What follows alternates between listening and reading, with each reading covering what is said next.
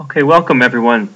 Today we're going to learn how to create some charts and graphs using Microsoft Excel, and we'll see how to include those into Word documents.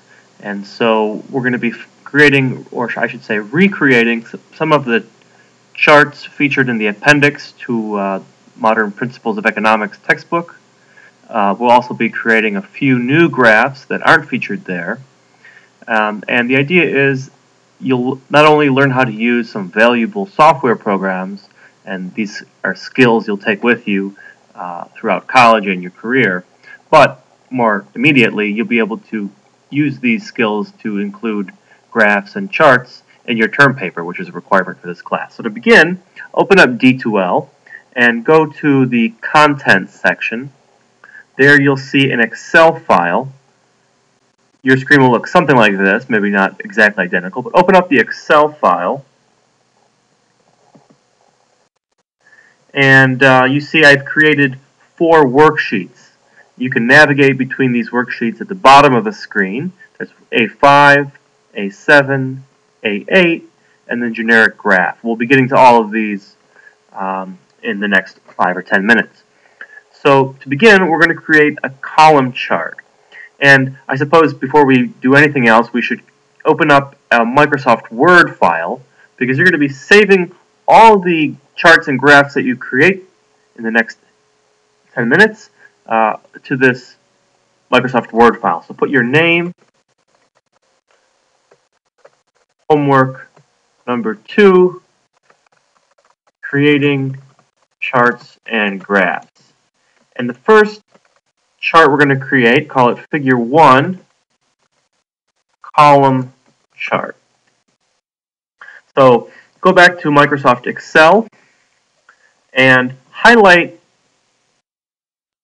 the second to 6th row and the first 2 columns, basically the data that you see highlighted in the screen there. Go to Insert, Column, and select the first option that's presented. Delete the legend, and last, go to Layout, Data Labels, Center. Okay, so this is very close to the chart that you see in the appendix to the Cohen and Tabarrok textbook. Copy this by placing the cursor over the chart area, right-clicking, and selecting Copy. Then go to your Word document, right-click, and select Paste. You can center this if you want by selecting the chart and typing Center. Okay, now press Enter and type Figure 2, which will be a line graph. Going back to Excel and going to the worksheet A7, you see the following data, which is Standard & Poor's 500 index. This is stock market data from monthly data from 1950 to 2000. So select this data either the way we did before, or because there's a lot of data, you can hold the cursor down over the column headings and select the data that way. Go to Insert this time, select Line, and select the first option that you see, and there we go. This is identical to the graph that you see in your textbook. So copy this and open up Word, paste it there. Okay, type Enter to go to the next page. Next figure, Figure 3, be another line graph, this time logarithmic scale. So back to Excel.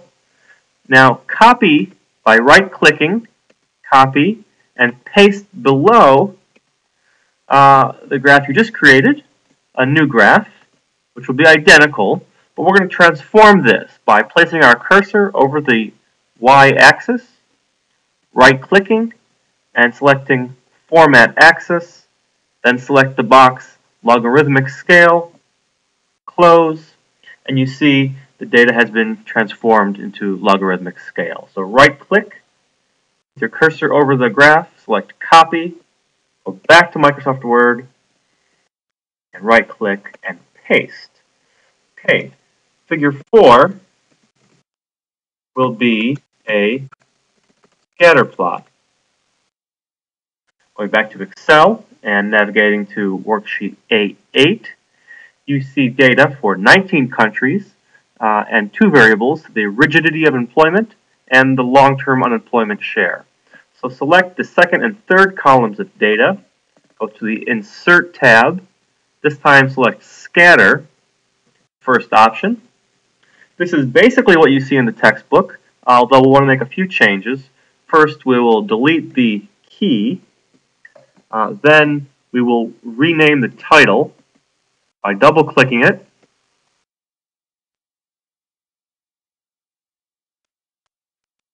And we're going to name this Long-Term Unemployment Increases with Rigid Labor Market. All right. Then we will go to the Layout tab, select Axis Titles, Primary Horizontal Axis Title, Title below Axis. This should say Rigidity of Employment Index. And then also under the Layout tab, again, Axis Titles label, this time Primary Vertical Axis Title, Rotated Title, and type Long-Term Unemployment Share.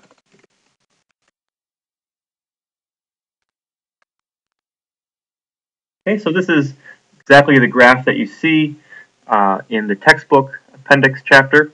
There is on the next page a slightly different graph to which they've added a trend line. And so we'll do that now. Place the cursor over one of the points and then right-click and select Add Trend Line. When the menu box opens, select Display Equation on Chart and also display R squared value on chart and select Close. So this will give you not only the trend line, which you see now, but also the equation and the R squared. Let's move them over here because they are a little bit cluttered at the moment. So the equation is this y equals 0.4987 times x plus 13.726. So this is the equation of this trend line we've just fitted. And the R squared is a measure of how good our line fits the data. So now we'll select this chart by right-clicking, selecting Copy, going over to our Word document, right-clicking, and selecting Paste. So next we're going to press Enter to get to the next page. Figure 5 is going to be a production possibilities frontier.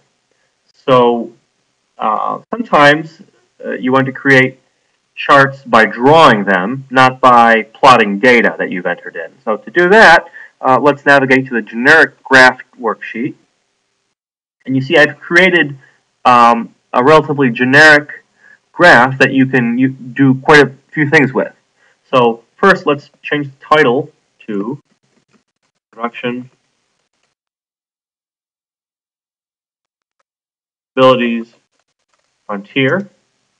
And this will be, the y-axis will be guns, the x-axis will be butter, and we will draw a line by going to the Insert tab, Shapes, and selecting the line. It will be either here or here.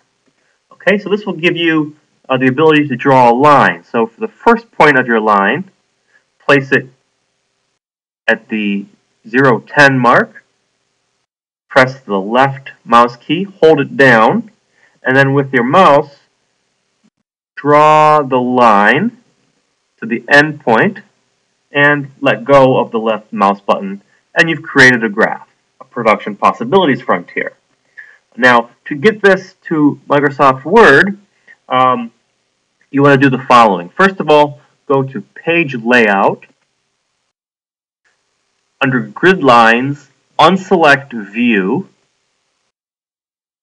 then select enough area so that every feature of the graph you just created is highlighted. Right click, select Copy. Okay, now open up a new program, Microsoft Paint, and paste it there. All right, and even though you've just pasted it, we're going to immediately copy it again, and finally open Microsoft Word and paste it in. Okay, so we had a few extra steps that were involved there, but you see you have the ability to create large numbers of graphs, and you can move them around after you paste them in. Okay, so now we're going to create one final figure, figure 6, supply and demand, and we will do that using the same generic graphing technology that I showed you in Microsoft Excel a moment ago. Okay, so we're going to create a supply and demand for oil graph. Now, the y-axis is going to not be guns anymore, it's going to be price, and the x-axis is going to be quantity of oil. This curve, actually, even though it was a production possibilities frontier, could, now that we've relabeled our axes, be a demand curve. So let's label that D. But we need to add a supply curve in. So we'll go back to Insert, Shapes, Lines, press left mouse key, hold it, add final point, and release the left mouse key. In fact, it may have been easier if we would have first selected View Grid Lines. It turns out we added it exactly where we wanted it to, right at 10:10, the final point of the supply curve, that is. But adding the grid lines will allow you to see exactly where you're putting the point, so you don't have to guess whether it's at 10:10 or 10:9 or whatever. In any case, we're going to do the same thing we did before. We will unselect the grid line, highlight the entire area that we want to copy, right-click, copy, open up Paint. Now delete the PPF, Production Possibilities Frontier, and paste the new graph we created, supply and demand. After you've pasted it, immediately copy it again, and go back to Microsoft Word and paste it in. Okay, so we'll center this, and we're done. We've created 6 figures: supply and demand for oil, production possibilities frontier, guns and butter. We've plotted a scatter point graph, including a trend line. We've created time series data charts showing the S&P 500, both in logarithmic and non-log scale, level scale. We've also shown the components GDP and the proportions of which in the U.S. Make up our economy, and we've also put our name, homework 2, creating charts at the top. So we'll save this as a Word document. Make sure your name is the title, desktop, or save it wherever you want. My desktop is a mess. Save it, and then upload it to Desire to Learn. You'll go to Desire to Learn, to the Dropbox. You'll see homework 2. You'll navigate here, and you will add your file.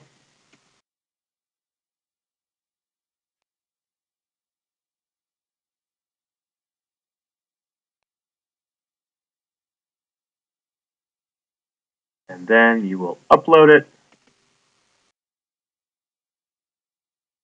And after a few seconds, it will have been uploaded. You'll submit it. And file submission successful.